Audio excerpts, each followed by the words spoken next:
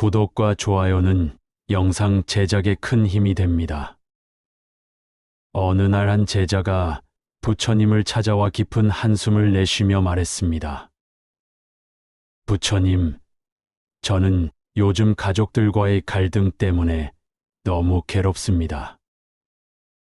아내와는 아이 교육 문제로 매일 다투고 어머니께서는 제가 하는 일마다 못마땅해 하십니다. 저는 좋다고 생각해서 하는 일인데 가족들은 모두 반대합니다. 도대체 누가 옳고 누가 그른 것입니까? 부처님께서는 조용히 제자를 바라보시며 물으셨습니다. 그대는 지금 무엇 때문에 괴로워하고 있느냐? 제자는 답답한 마음을 토로했습니다. 제가 옳다고 생각하는 것과 가족들이 옳다고 생각하는 것이 너무 다릅니다. 저는 분명 좋은 뜻으로 하는 일인데 그들은 이해해 주지 않습니다. 이런 대립과 갈등이 언제까지 계속되어야 할까요? 부처님께서는 미소를 지으며 말씀하셨습니다. 그대가 괴로운 이유는 옳고 그름을 나누려 하기 때문이니라. 좋다와 나쁘다, 내 편과 내 편으로 세상을 둘로 나누는 마음이 바로 모든 갈등의 뿌리이느니라. 제자는 의아한 표정을 지었습니다. 그렇다면 부처님, 옳고 그름을 구분하지 말라는 말씀이십니까? 그럼 어떻게 살아가야 합니까? 부처님께서는 잠시 침묵하시다가 조용히 말씀하셨습니다. 옛날 유마라는 지혜로운 거사가 있었느니라. 그가 병이 났을 때 많은 보살들이 문병을 갔는데 그 자리에서 놀라운 가르침이 펼쳐졌느니라. 그것이 바로 불이법문이니 모든 대립과 갈등을 해결하는 깊은 지혜가 담겨 있다. 그 이야기를 들려주겠노라. 제자는 두 손을 모으며 경청할 자세를 갖추었습니다. 부처님께서는 천천히 말씀을 시작하셨습니다. 유마거사는 비사리성에 사는 부유한 상인이었느니라. 그러나 그는 단순히 재물만 많은 사람이 아니었다. 깊은 지혜를 갖춘 제가불자로서 많은 출가자들보다도 더 깊은 깨달음을 얻은 분이었다. 어느 날 유마거사가 병이 났다는 소식이 전해졌다. 나는 제자들에게 말했다. 유마거사가 병이 났으니 누가 문병을 가겠느냐? 그런데 문수보살을 비롯한 여러 보살들이 모두 망설였느니라. 왜냐하면 유마거사의 지혜가 워낙 깊어서 평범한 말로는 그와 대화하기 어려웠기 때문이었다. 마침내 문수보살이 나서서 많은 보살들과 함께 유마거사의 집을 찾아갔다. 유마거사는 병상에 누워 있었지만 그의 마음은 더없이 맑고 고요했다. 문수보살이 물었다. 거사님, 병의 원인이 무엇입니까? 유마거사가 답했다. 모든 중생이 병들어 있기 때문에 나도 병든 것입니다. 중생들이 무명과 번뇌로 고통받고 있는데 어찌 나 혼자 건강할 수 있겠습니까? 모든 중생의 병이 나으면 나의 병도 저절로 나을 것입니다. 이 말을 들은 보살들은 깊이 감동했습니다. 개인의 병을 자신만의 문제로 보지 않고 모든 중생과 연결된 것으로 보는 그 자비로운 마음의 마음이 움직였던 것입니다. 그때 문수보살이 말했습니다. 거사님께서는 항상 깊은 가르침을 주십니다. 오늘은 우리에게 불의법문에 대해 말씀해 주시겠습니까? 유마거사는 미소를 지으며 말했습니다. 좋습니다. 하지만 먼저 여러 보살님들이 각자 불의법문에 대해 말씀해 보시기 바랍니다. 첫 번째로 법자재 보살이 말했습니다. 선과 악은 둘이 아닙니다. 선이 있으면 반드시 악이 있고 악이 있으면 반드시 선이 있습니다. 하지만 진리의 눈으로 보면 선도 악도 모두 우리 마음이 만들어낸 분별에 불과합니다. 선악을 뛰어넘어 분별하지 않는 마음, 이것이 불의법문의 입구입니다. 두 번째로 덕수보살이 말했습니다. 나와 남은 둘이 아닙니다. 우리는 항상 나와 남을 구분하며 살아갑니다. 내 가족, 남의 가족, 내 것, 남의 것. 하지만 모든 존재는 본래 하나의 진리에서 나온 것입니다.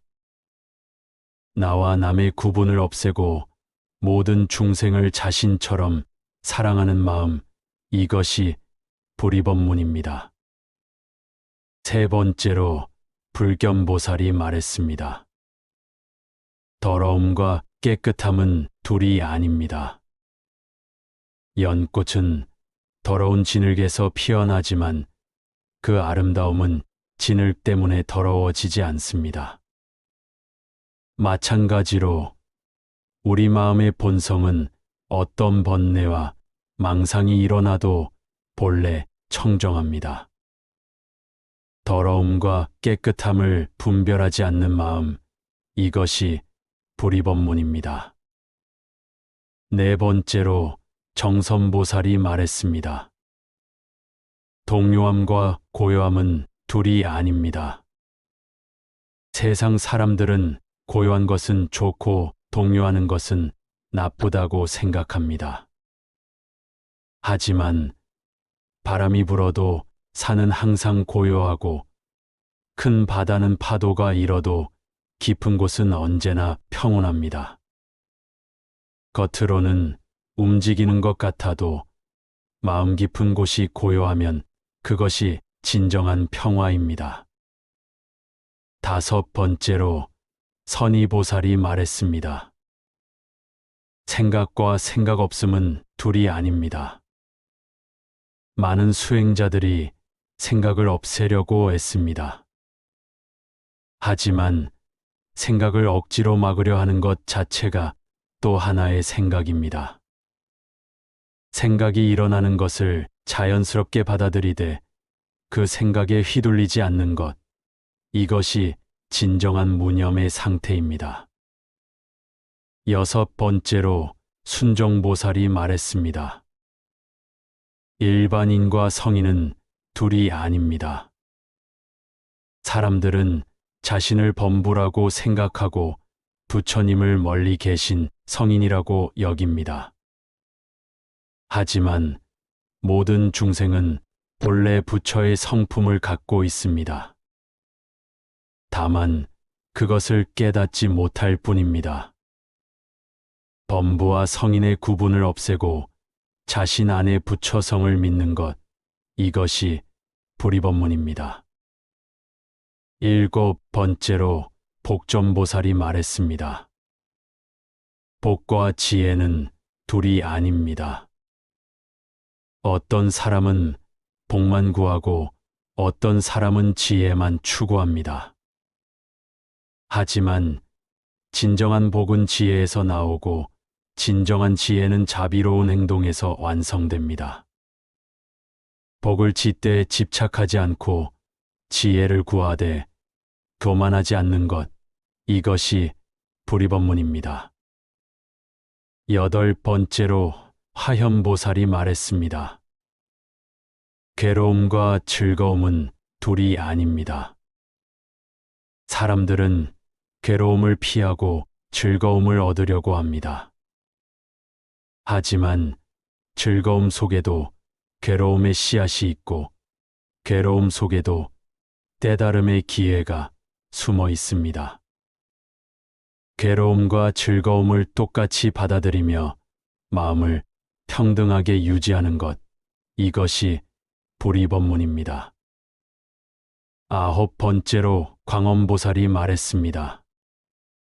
도와 도가 아닌 것은 둘이 아닙니다. 사람들은 절에서 수행하는 것만 도라고 생각하고 세상 일은 도가 아니라고 여깁니다. 하지만 진정한 도는 일상생활 속에서 자비와 지혜를 실천하는 것입니다. 밥을 먹을 때도, 일을 할 때도, 가족과 이야기할 때도 그 모든 순간이 수행의 기회입니다. 10번째로 묘비보살이 말했습니다. 생과 멸은 둘이 아닙니다. 모든 것은 태어나고 사라집니다. 사람들은 죽음을 두려워하고 삶을 집착합니다. 하지만 우리의 참다운 본성은 생멸을 초월해 있습니다. 몸은 죽어도 마음의 본성은 죽지 않고 형태는 변해도 근본 에너지는 사라지지 않습니다. 생사를 뛰어넘은 영원한 생명을 깨닫는 것, 이것이 불이법문입니다. 이렇게 10명의 보살이 각자의 불이법문을 설했습니다. 그들의 이야기를 들은 후 문수보살이 유마거사에게 물었습니다. 여러 보살님들께서 훌륭한 불이법문을 설하셨습니다. 이제 거사님께서도 불이법문에 대해 말씀해 주시겠습니까? 그런데 놀랍게도 유마거사는 아무 말도 하지 않았습니다. 완전한 침묵 속에서 그저 고요히 앉아 있을 뿐이었습니다. 그 침묵이 흐른 후 문수보살이 탄성을 내질렀습니다. 훌륭합니다. 문자도 언어도 없는 이것이야말로 진정한 불이법문입니다. 진정한 불이법문은 말로 설명할 수 있는 것이 아니었습니다.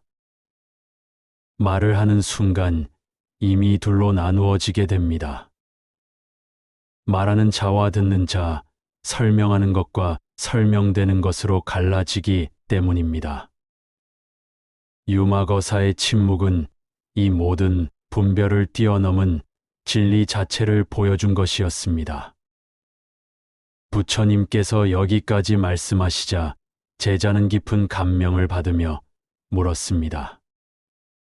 부처님, 그렇다면 저도 가족들과의 갈등에서 이 불이법문을 어떻게 적용할 수 있을까요? 부처님께서는 자비로운 미소를 지으며 답하셨습니다. 그대가 어머니와 다툴 때를 생각해 보거라. 그대는 어머니가 틀렸다고 생각하고 어머니는 그대가 틀렸다고 생각한다. 하지만 진정으로 틀린 것은 서로를 틀렸다고 여기는 그 마음이니라. 어머니의 말씀에는 오랜 경험에서 우러나온 지혜가 담겨 있고 그대의 생각에는 새로운 시대의 좋은 뜻이 담겨 있다. 둘 다 소중한 것이니 어찌 하나만 옳고 하나만 틀렸다고 하겠느냐. 제자는 고개를 끄덕이며 말했습니다. 그렇다면 저는 어머니를 이해하려고 노력해야 하는군요. 부처님께서 말씀하셨습니다. 이해하려고 애쓰는 것조차 아직 둘로 나누는 마음이니라. 내가 이해하고 어머니가 이해받는다고 생각하는 것 자체가 분별이다. 진정한 불이법문은 이해하려 하지도 않고 이해받으려 하지도 않으면서도 자연스럽게 하나가 되는 것이니라. 그대가 어머니와 대화할 때 누가 옳고 누가 틀렸나를 따지지 마라. 대신 이렇게 생각해 보거라. 어머니도 나도 모두 행복하기를 원하는 마음은 같구나. 방법은 다르지만 사랑하는 마음은 같구나. 그러면 저절로 마음이 부드러워질 것이고 그 부드러운 마음이 어머니의 마음도 녹일 것이니라. 제자는 더욱 궁금해했습니다. 부처님, 그런데 실제로 의견이 다를 때는 어떻게 해야 합니까? 아이 교육 방법이 다르다든지 집안일을 처리하는 방식이 다를 때 말입니다. 부처님께서는 따뜻한 눈빛으로 말씀하셨습니다. 물이 바위를 만나면 바위를 부수려 하지 않고 그 주위로 자연스럽게 흘러간다. 그러면서도 오랜 시간이 지나면 바위를 부드럽게 변화시키지 않느냐? 그대도 가족들과 의견이 다를 때 억지로 설득하려 하지 마라. 대신 물처럼 유연하게 대하되 자신의 진심만큼은 변하지 않게 지켜나가거라. 예를 들어 아이 교육 문제라면 아내의 의견도 소중히 듣고 어머니의 경험도 존중하며 그 속에서 가장 좋은 방법을 함께 찾아가는 것이다. 처음에는 의견이 달라도 서로를 존중하는 마음으로 대화하다 보면 더 좋은 해답이 나올 것이니라. 제자는 조금씩 이해가 되기 시작했습니다. 부처님, 그렇다면 불이법문의 핵심은 무엇입니까? 부처님께서 대답하셨습니다. 모든 대립과 갈등은 우리 마음이 만들어낸 것이라는 깨달음이니라. 원래부터 싸울 것도 없고 다툴 것도 없었다. 다만 우리가 이것과 저것을 나누고 옳고 그름을 가르며 내 편과 내 편을 만들었을 뿐이다. 산을 보라. 산은 동쪽에서 봐도 산이고 서쪽에서 봐도 산이다. 보는 방향은 다르지만 산 자체는 하나이니라.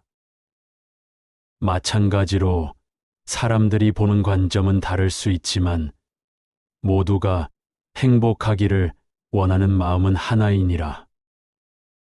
이것을 깨달으면 더 이상 다른 사람을 적으로 여기지 않게 된다. 의견이 다른 사람도 나를 비판하는 사람도 모두 다른 방향에서 같은 진리를 찾고 있는 동행자로 보게 되니라. 제자는 감동하여 눈물을 글썽이며 말했습니다. 부처님, 저는 지금까지 가족들을 제 생각에 맞추려고만 했습니다. 그들의 마음을 이해하려고 노력하지 않았습니다. 이제야 깨달았습니다. 우리 모두가 사랑하는 마음은 같다는 것을 말입니다.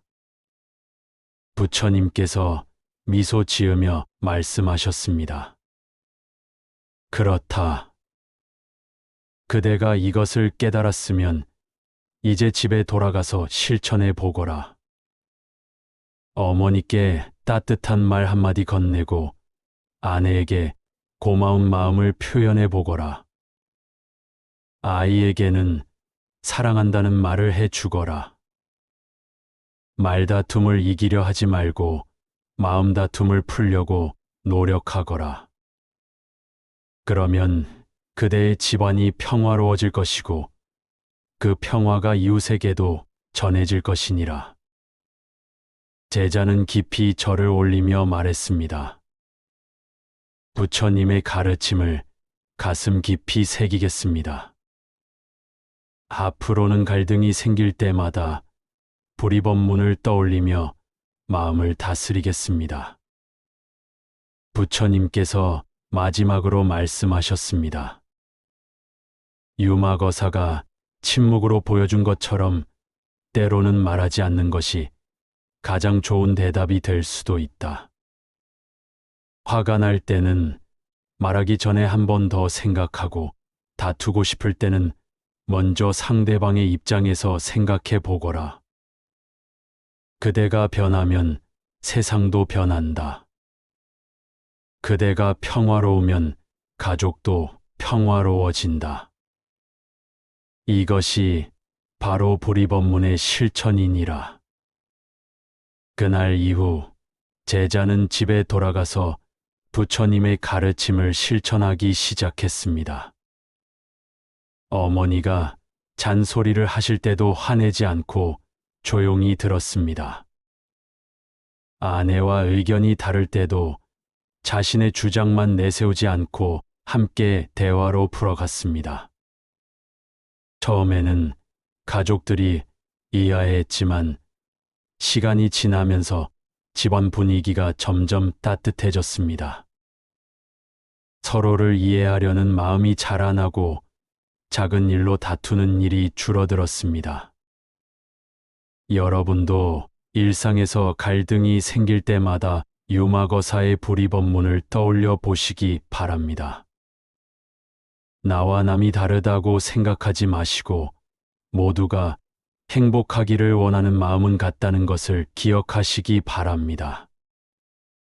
옳고 그름을 따지기보다는 서로를 이해하려고 노력하고 이기려 하기보다는 함께 행복해지는 방법을 찾으시기 바랍니다. 때로는 유마거사처럼 침묵하는 것이 더 좋은 대답이 될 수도 있습니다. 모든 대립과 갈등은 우리 마음이 만들어낸 것입니다. 그 마음을 바꾸면 갈등도 사라지고 평화가 찾아옵니다. 이것이 바로 유마경이 전하는 불이법문의 지혜입니다. 오늘도 평화로운 하루 되시고 가족과 이웃들과 따뜻한 관계를 만들어 가시기 바랍니다. 감사합니다. 품격 있는 하루였습니다.